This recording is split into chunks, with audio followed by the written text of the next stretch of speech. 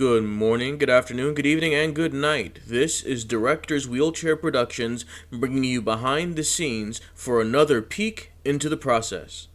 This time, we'll be taking a look at my new custom Lois Lane, created not just for future use on this channel, but also in celebration of James Gunn's Superman movie, premiering this week at time of recording.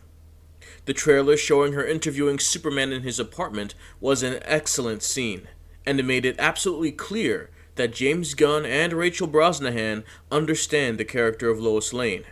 Intrepid, hardworking, full of integrity, and totally unafraid to ask the hard questions, even when they're addressed to her big blue boyfriend. I'm looking forward to seeing more of her and David Cornsweet's portrayal of these legendary characters on the big screen. Do me a favor and sound off in the comments section.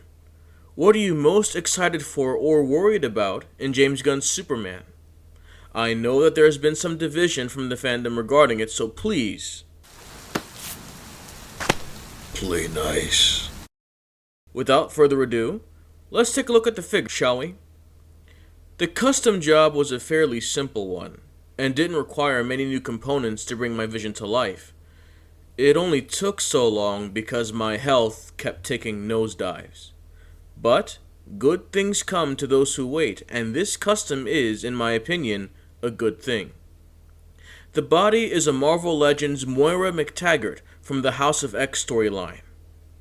I used the boil and pop method to disassemble her torso, arms, and legs in order to prime and paint the blouse, skirt, and shoes.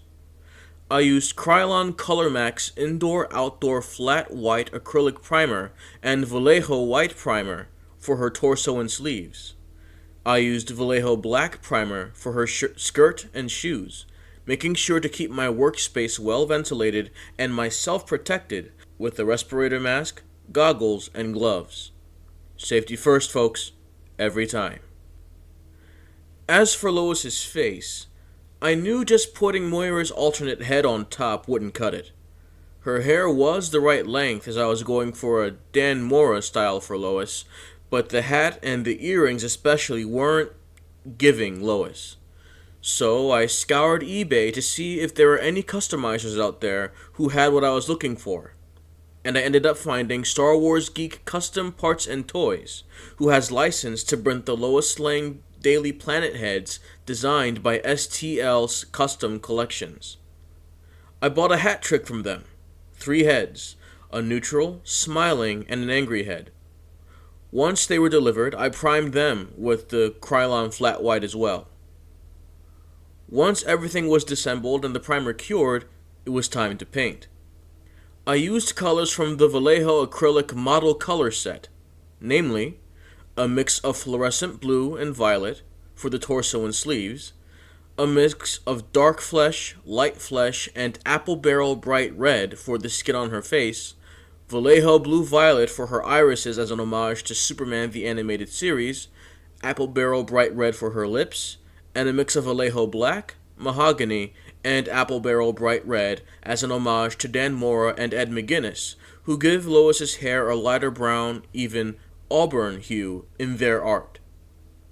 Now, I know that these aren't the best paint jobs in the world, but they're my first, and thus are special to me. I don't have an airbrush, so I did each of these by hand. Mistakes were made in the beginning, especially when it came to finding the right mix of flesh tones and red to match the plastic on Moira's neck, legs, and hands. I even went so far as to scrub off a coat of paint on one of the sculpts with hot water and soap before it dried and started over again. The most difficult parts after that were the eyebrows, the area where her hair touches the side of her face, and trying my best to put a fine line of paint above and below her eyes for the eyelashes. It was hard, but a good learning experience too. And who knows, I may buy another set once I get more customs under my belt and do them over. Anyway, once the paint was dried, I sealed everything over with a Tamiya Color TS80 flat clear acrylic spray, and used some UHU Pro Power tack to make sure the heads fit snugly on the neck peg. Then, once the finisher cured, I used boiling hot water to reassemble the figure. I ran into some issues with paint rub as I did this step, so I had to reprime and repaint some parts before I was finally able to get the finished product. And that about does it. Besides maybe one day redoing the heads, one thing I'd add is another C-grip hand and another splayed out hand, so that the figure has even pairs of each gesture. I'm sure I'll find them at some point online. But as far as actually customizing goes, the project is complete. I'll link all the supplies I used in the description in case any of you are interested in making a Lois custom of your own. And if you do, I'd love to see what you guys make. You can DM me your pics on my Instagram at Directors Wheelchair Productions or email me at directorswheelchair@gmail.com. Links will be in the description below. And I'll be sure to shout you out on my Instagram and on community posts here on YouTube showing off your customs. Before I continue, I'd like to say I appreciate you guys for making it this far in the video. To let me know you're a real one, type Pulitzer in the comments. Now, as 5 points of articulation would say, playability isn't just about articulation and accessories. It's also about how well your figure plays with others. With that in mind, I'm going to do a quick size comparison with some figures from my DC collection. First, we'll see how Miss Lane looks next to the Big Blue Boy Scout and his alter ego. As you can see, both Superman and Clark are, as James Gunn put it, 5 feet taller than her. Even in heels, Superman stands head and shoulders above her, which I'm fine with. I think it complements her Spitfire energy, all her passion and courage stuffed into a very small amount of space. And as one of the few civilians in my collection, it makes the heroes around her seem literally larger than life, and makes Clark's bumbling look even more exaggerated next to Lois's petite stature and upright posture. Next, let's compare her to the other 2 members of DC's Trinity. I have here a DC Essentials Wonder Woman and a custom Mezco Golden Age Batman.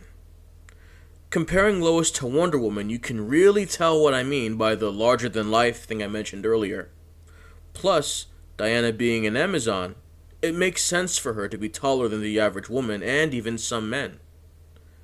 I've seen a really cool custom of @Clark figures on Instagram using Marvel Legends' Power Princess's legs on this Wonder Woman to bring her into the 1/12 scale, and probably to get her to stand on her own much easier.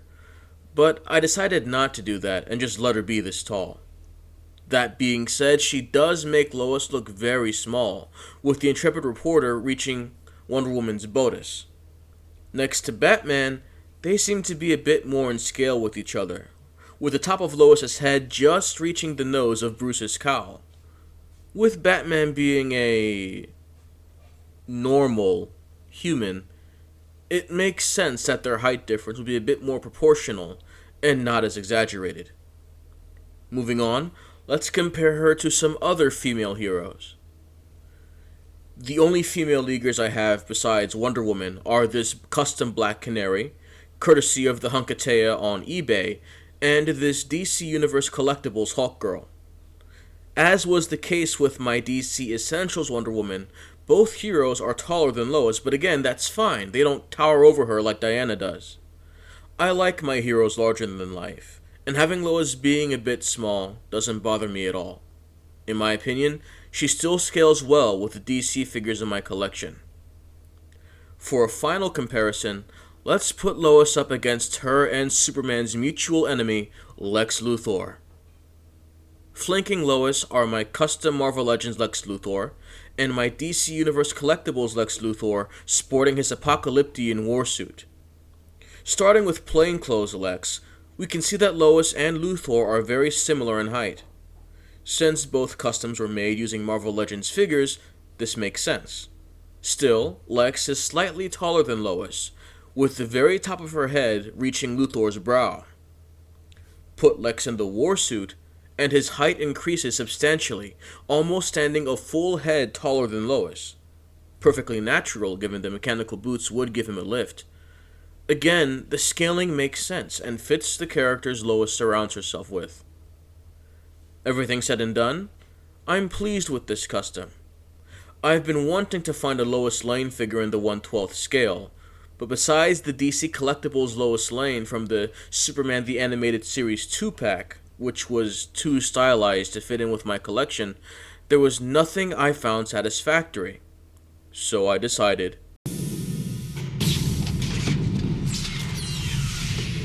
fine. I'll do it myself. and I'm glad I did. I hope you all enjoyed this peek into the process. Please, like the video if you liked the video, subscribe for more stop-motion, collection, and custom content, and sound off in the comments below about what you're looking forward to or worried about in the upcoming Superman movie. And if you're watching this after July 11th, 2025, feel free to express your general feelings about the movie, but please keep any spoilers out of the comments. This is Director's Wheelchair Productions signing off. As always, stay good, stay strong, stay blessed, look up, and enjoy the action. I will catch you all later.